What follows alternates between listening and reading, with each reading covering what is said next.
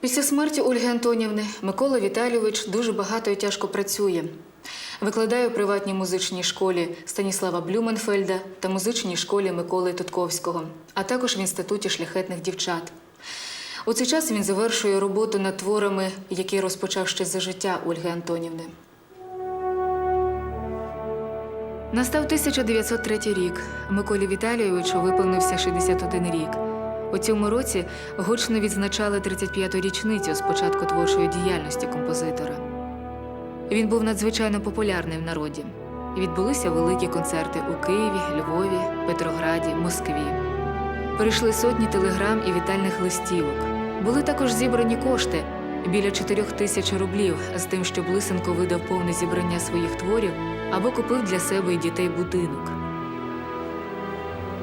Ні того, ні іншого композитор не зробив. Він вирішив витратити усі кошти на створення власної музичної школи. Ця школа стала початком музично-драматичної освіти в Україні.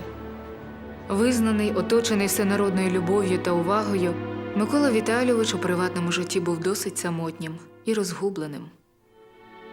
Лисенко турбується про подальшу долю своїх 5 дітей. Він звертається до своєї першої дружини Ольги Олександрівни Лисенко-Оконор, яка залишалася його офіційною дружиною, за допомогою. І вона відгукнулась. Вони упорядковують становище дітей Миколи Віталійовича, яких він дуже любив. Ольга Олександрівна дає згоду на всиновлення та надання дітям права носити батькове прізвище. Але зрозуміло, що давніх стосунків вони вже відновити не могли. Вона жила самотнім і нелегким життям вчительки фортепіанної гри. Микола Віталійович навмисне занурювався в щоденні турботи, громадські справи, працював до знемоги, аби лише не залишатися на самоті, аби лише не прокидатися посеред ночі із страшним відчуттям вселенської пустки.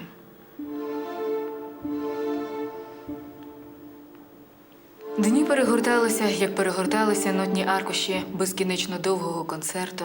Аж втомилися пальці, що вистрибують по клавішах. Починає зводити підступно напівсудома.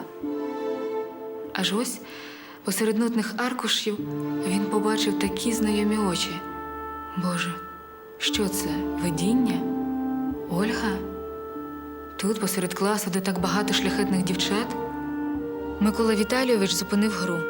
Уважно глянув на свої зап'ястя, що лежали на теплих від гри клавішах, і підняв погляд поверх нотного зошита, що стояв на роялі. Це була вона і не вона. Лисенко рвучко встав із-за інструменту, вийшов із класу і швидко пішов по коридору. А в коридорі зупинився. У цей час із класу повибігали інститутки. Чи то рух повітря, що здійнявся з відчинених дверей, чи то зрадливе тремтіння рук. Але зошит вислизнув із рук і розсипався по сходах. Микола Віталійович нахилився зібрати ноти, а до нього підбігло кілька дівчат, щоб допомогти. І тут він відчув ніжний дотик її руки. «Оля?» – стиха мовив Микола Віталійович. «Ні, Інна. Інна Адріанопольська». Так вони познайомилися.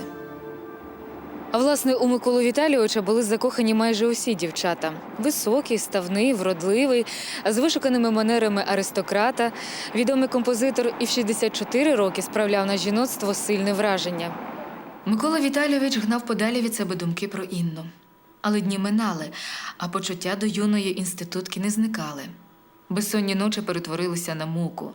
В інституті він стримував себе, а вдома не міг знайти собі місця. І ось нарешті він сідає за стіл і пише Інні листа. І вона летить на побачення до Миколи Віталійовича. Вони зустрічаються у царському саду на схилах Дніпра, ніби випадково. Але були настільки щасливі, що зустрічні перехожі з підозрою озиралися на них. Перші, хто помітив зміну у поведінці Миколи Віталійовича, були його діти. Згодом однокласниці Інни. Та несподівано почалися канікули, і Інна поїхала до батьків у Ромни. Літо тягнулося неймовірно довго. І ось нарешті вересень. Двоє закоханих знову бачать одне одного. Але наблизитись не сміють. Микола Віталійович отримує записку від Інни і тут же відповідає їй. Чого я був такий сумний, коли дивився на вас? Мені сумно, тому що я тебе кохаю і палкою душею своєю бажав би пов'язати своє життя з твоїм. Все, чим душа переповнена і жива, все віддати тобі і випити до дна. Але ви молода людина, а я людина не молода. Я цим не хочу сказати, що я старий душею, духом, переконаннями, діяльністю, о ні. Я не здамся ніколи, поки хоч крапля крові проходить через моє серце. Не маючи змоги бачитись відкрито, приховуючи свої листування, вони захоплені один одним. Інколи їм вистачає кілька секунд зустрічі у коридорі, кілька слів. Бажання кохати виникає у Лисенка з новою силою. У цей час він пише кілька романсів про кохання на слова Олександра Олеся. Увесь вечір, увесь день, що б я не робив, весь час Інна, моя красуня, не виходить із голови. Інночко, янголятко, як я хочу, щоб ви були моя супутниця в житті, щоб ви служили втіхою мені та були вогнищем моїх поетичних настроїв та натхнення і насолоди. Далі говорити трудно, соромно, не можна. Сапієнті сад. Для розумного досить. Як не намагалися приховати свої почуття Микола Віталійович та Інна Адріанопольська, та все ж ця історія вилетіла з коридорів Інституту шляхетних дівчат і полетіла вулицями Києва. І обивателі захлинулися плітками. Несподівано у Миколи Віталійовича захворіло око. Кілька днів його не було на заняттях. А хтось із викладачів інституту побачив, що Лисенко виходив від лікаря. І поповзла коридорами інституту вигадка, що Лисенко, як холостяк, відвідує публічні місця і захворів поганою хворобою.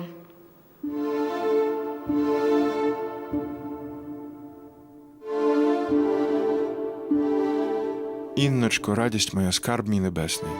Мені так хочеться пам'ятку малесеньку від вас мати. Я хочу з вами знятися вдвох. Тільки у мене одного і буде ця фотокарточка. Більш ні у кого. Вам вона не потрібна, та й не бажана. Я ваш навік. Атмосфера навколо Лисенка стає нестерпною. А в архіві Інституту шляхетних дівчат знайдено заяву про звільнення Миколи Лисенка. Його превосходительство, пану інспектору класів Київського інституту імператора Ніколая від дворянина Миколи Віталійовича Лисенка. Прошення. Не маючи можливості продовжувати внаслідок хворобливого стану мого здоров'я, подальше викладання музики в інституті, покірливо прошу звільнити мене від посади викладача музики і зробити по цьому прошенню належне розпорядження. 1906 рік, грудня, 4-го дня, Микола Лисенко.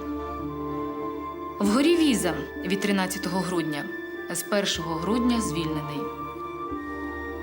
Інна Петрівна Адріанопольська екстерном закінчила інститут 1907 року. В атестаті оцінка з музики не виставлена. Інна від'їжджає до Ромен, де жили її батьки. Майже рік від неї не було ніякої звістки. Одного разу Микола Віталійович, збираючись у школу, зайшов у їдальню. Дивлюсь, якийсь лист на столі. Я до нього знайомий почерк, серце тьохнуло. Твій лист, Боже, радість моя, не чув землі під собою. Такий даруночок ще й сказати не вмію. З листа стає відомо, що Інна учителює у Ромнах, почувається добре, але сумує дуже. Під тиском батьків вона вийшла заміж за поміщика літнього, але багатого. У шлюбі щасливою не була, тому швидко розлучилася. Інна просить, щоб Микола Віталійович розповів їй про своє життя. Листувалися таємно. Лисенко приховував листи від дітей, Інна – від батьків. В листах вони творили свої почуття, писали такі слова, які не могли б сказати один одному. Жили таким життям, яким хотіли б жити один з одним, і яким не давав жити навколишній світ та обставини. На прохання Інни Микола Лисенко написав їй історію свого кохання до Ольги Липської. Кілька уривків з листів. 9 травня – день моїх іменин. Ранком ми зустрілися. Ми давно вже одне одному подобались. Як же ви мене поздоровите? Вона поздоровила і почервоніла. Я дивився на неї закохано любовно, а далі не витримав, притис її до себе, і ми злилися в довгому палкому цілунку. Я від збентеження поцілував її руку, потім другу і швидко пішов до міста. А вона спаленіла й у сльозах, залишилася біля трюмо, голубка, і дивилася на себе, не усвідомлюючи, до чого це було.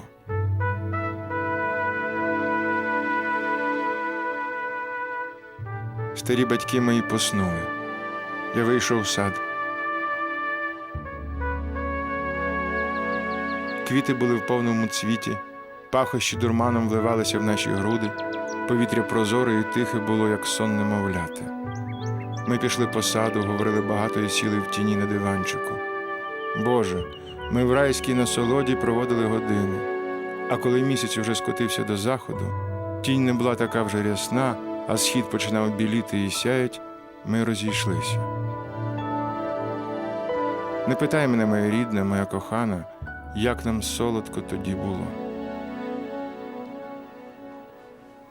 На осінь Оля приїхала до мене, але вже на іншу квартиру. Отут, Інночка моя дорога, єдина, любов наша звела нас одне з одним. Я усе ясно пам'ятаю, як сьогодні, але не маю сил писати вам усе на папері. Та й до чого? Ви усе зрозумієте своїм світлим жіночим серцем, а святому духовному почуттю, яким я завжди оточував її, потрібно віддати належне і заховати у схованках душі своєї. Епістолярний роман Лисенка з Інною досяг неймовірного напруження. Він тривав майже 2 роки. Закоханість Миколи Віталійовича стала такою сильною, що він був готовий на все. Оголосити дітям про своє кохання до Інни, хоч вона була ровесницею його старших дітей. Був готовий знову принижуватись і просити Ольгу Оконер дати йому розлучення. Він готовий був їхати у Ромни, аби просити батьків Інни благословення на шлюб. Та не бажали цього її батьки. Лише благання Інни не їхати його у Ромни зупинило Лисенка від більш рішучих кроків. Адже приїзд такого знаменитого композитора у провінцію не міг бути непоміченим. І раптом 1910 року Лисенко отримує звістку про те, що Інна з подругою у Києві і хоче його бачити. Микола Віталійович дуже радісно їх зустрів. Інна за час свого заміжжя дуже схудла, та Лисенко не міг відвести від неї очей. Потім разом вони пішли на цвинтар, на могилу покійної дружини Миколи Віталійовича Ольги. Потім усі втрьох були в готелі. А Лисенко говорив Інні, що вона найкраща, і пропонував їй вийти заміж. Марія Авраменко сказала: «Микола Віталійович, роки». «Марія Степанівна, це не має значення. Я не такий старий, мені всього лише 65 років. Та й справа не в роках. Я почуваю себе молодим». Вони ще довго-довго говорили, а потім Микола Віталійович сказав Інні: «Справді, ми ще довго будемо щасливі». Наступного дня Микола Віталійович Лисенко та Інна Петрівна Адріанопольська сфотографувалися у фотоательє Мезера.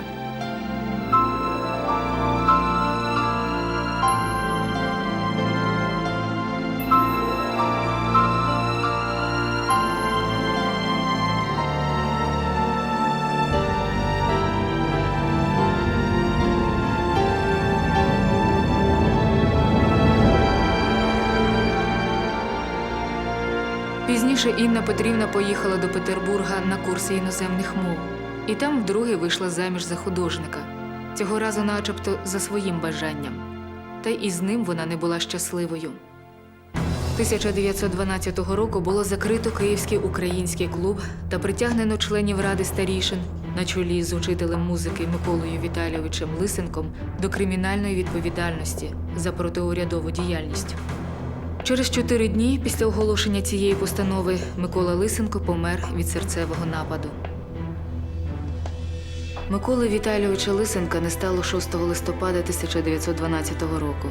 Цю смерть вважають наслідком утисків з боку царської адміністрації на чолі з київським генерал-губернатором Трєповим і міністром внутрішніх справ Росії Петром Столипіним.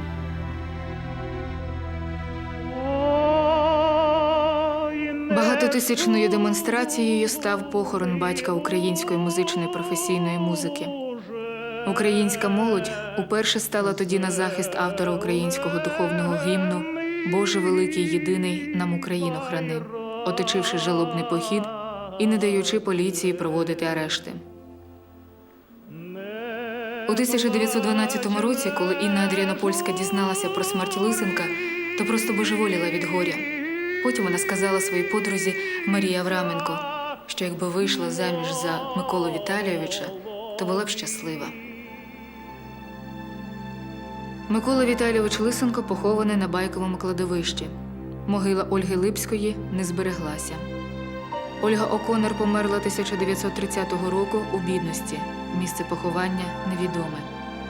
Слід Інни Адріанопольської загубився після революції 1917 року. Через багато років після цих подій в музей Миколи Лисенка звернулася подруга Інни і передала листи Лисенка, з яких, власне, і стала відома історія кохання Миколи Віталійовича до 3 жінок.